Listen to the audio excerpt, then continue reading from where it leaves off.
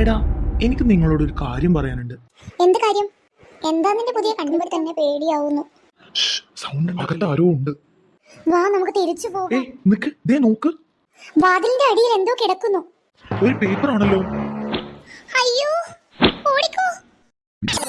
ശരിക്കും ആരെങ്കിലും ഉണ്ടോ? അജു, നമുക്കിവിടെ നിക്കണ്ട. ഇല്ല, എനിക്ക് എന്റെ ബാഗ് തിരികെ വേണം. പക്ഷെ ആ ശബ്ദം കേട്ടില്ലേ? ആരായിരിക്കും അത്? എനിക്കറിയില്ല, പക്ഷെ ബാഗ് കിട്ടാതെ ഞാൻ പോകില്ല. അജു, സൂക്ഷിക്കണം. കാണുന്നുണ്ടോ? ഞാനൊന്ന് നോക്കട്ടെ. ഷേ, എന്താ കണ്ടത്? ഒന്നും കാണുന്നില്ല. അപ്പോ സൗണ്ട് എവിടുന്ന വന്നത്? അയ്യോ, നോക്ക്. അയ്യോ, വീണ്ടും പേപ്പർ.